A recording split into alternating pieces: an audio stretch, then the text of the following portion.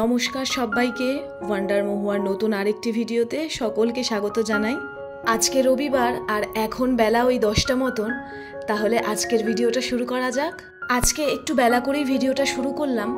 এর ফাঁকে ঘরের আমার সমস্ত কাজ হয়ে গেছে। এই যেমন ধরুন বাসি কাজ করা, স্নান করা, পুজো করা, সকালের টিফিনটাও করা হয়ে গেছে।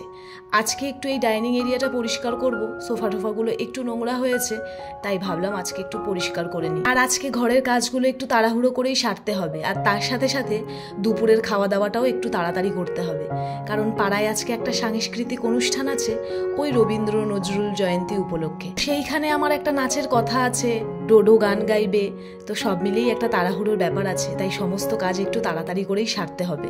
এই প্রথমবার না ডোডো কোথাও গান গাইতে চলেছে। ও তো খুব এক্সাইটেড, আর তার সঙ্গে সঙ্গে আমার ভীষণ আনন্দ।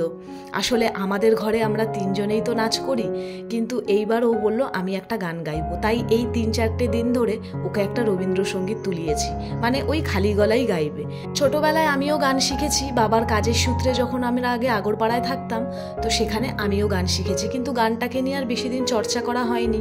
তারপর ওই যেহেতু রক্তে রক্তে নাচ মিশে আছে, তাই নাচটাকেই আমি কন্টিনিউ করেছিলাম। ক্লাসিক্যালও করেছি, ওয়েস্টার্নও শিখেছি, তো নাচটাকে নিয়েই চলা। আর ডোডো যখন একটু বড় হলো, যেহেতু অজয়ের নাচের ক্লাস আছে, তো ওই নাচ নিয়েই এগোনো আর কি। আর আজকের এই অনুষ্ঠানে যেহেতু পাড়ার অনেক ছোট ছোট বাচ্চাও অংশগ্রহণ করছে, ওই জন্য ডোডোর ভীষণ ইচ্ছা হয়েছে যে ও একটা গান গাইবে।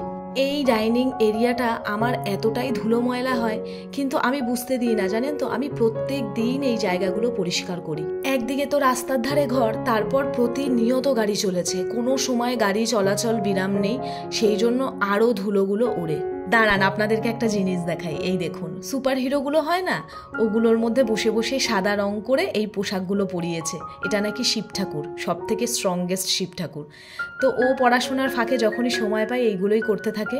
আমি ছোট থেকেই ওকে খুব একটা ফোন দেখতে দিইনি, আর এখনও ওকে আমি ফোন দেখতে দিই না, ওই জন্য সেই অভ্যেসটা ওর নেই। তবে হ্যাঁ, সপ্তাহে একটা দিন, সেটা হলো রবিবার, একমাত্র ওকে একটু ফোন দেখতে দিই আমি, সেটা ওর কাকার ফোন।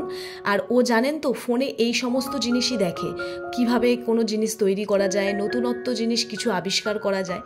একটু পরে আপনাদেরকে আর একটা জিনিসও আমি দেখাবো। এইটা গতকাল বসে বসে বানিয়েছে।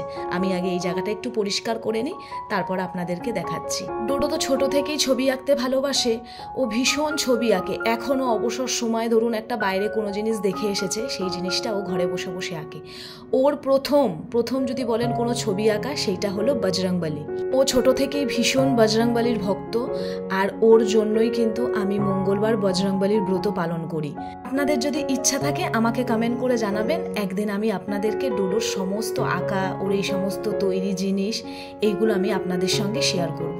তো আপনাদেরকে একটু আগে বললাম যে জিনিসটা দেখাবো, সেটা হলো এইটা। গতকাল দুপুরবেলা খাওয়া দাওয়ার পরে এই জিনিসটা নিয়ে বসেছিল, মানে অনেকক্ষণ ধরে বসে বানিয়েছে, বানিয়ে আবার আমাকে দেখিয়েছে, নিচে ওর ঠাম্মি দাদাকে দেখিয়েছে।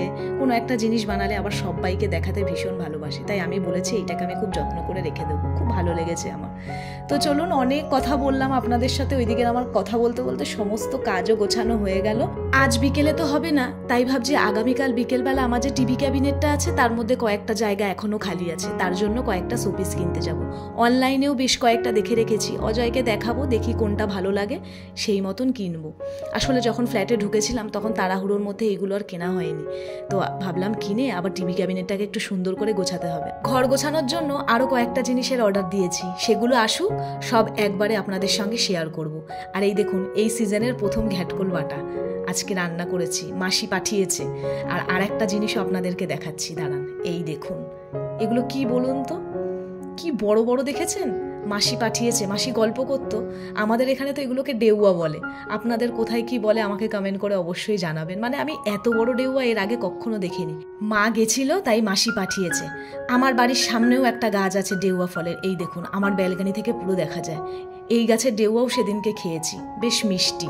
কত বড় গাছটা, একদম ছোট্ট ছিল। অজয়দের বাড়িতেও এই ডেউয়া ফলের গাছ ছিল, দেখছেন কত বড় না গাছটা।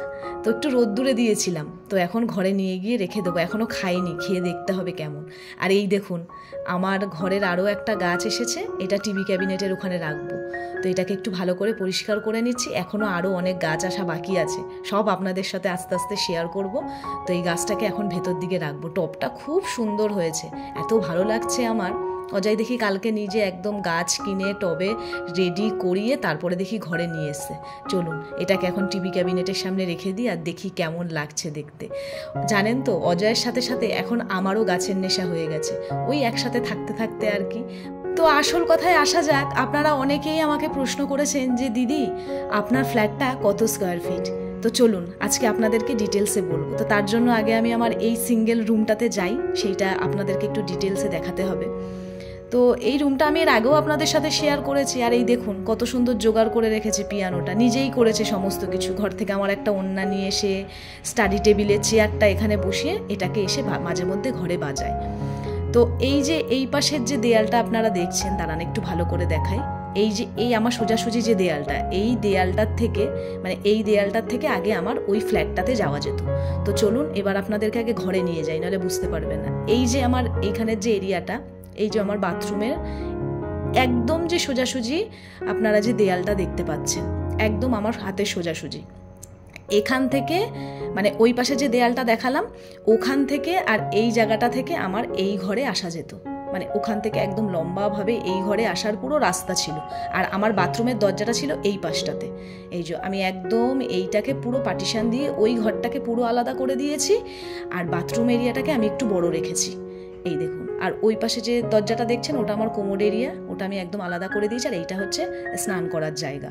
কারণ অজয়ের প্রথম থেকেই ইচ্ছা ছিল ওর বাথরুম এরিয়াটা যেন একটু বড় হয়, তাই আপনাদের সঙ্গে একদমই আমি ভালো করে শেয়ার করলাম যাতে আপনারা বুঝতে পারেন। আশা করি আপনারা বুঝতে পেরেছেন।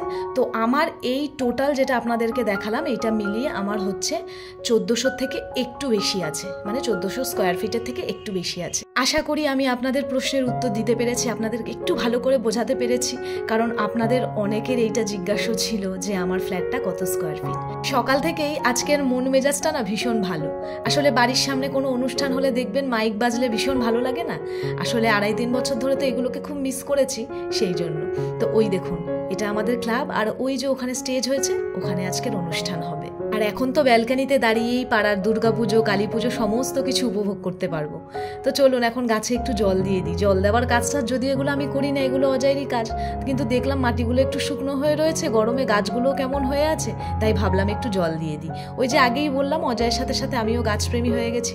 ভালোই লাগে বেশ একটু কাজ করার পরে এদের যত্ন নিতে, এদের পরিচর্যা করতে। চলুন এইবার আমিও একটু ফ্রেশ হব, হয়ে আস্তে আস্তে রেডি হব, আর ভিডিওটাও আজকে এখানে শেষ করব। দেখা হবে খুব তাড়াতাড়ি। সকলে ভালো থাকবেন, সুস্থ থাকবেন।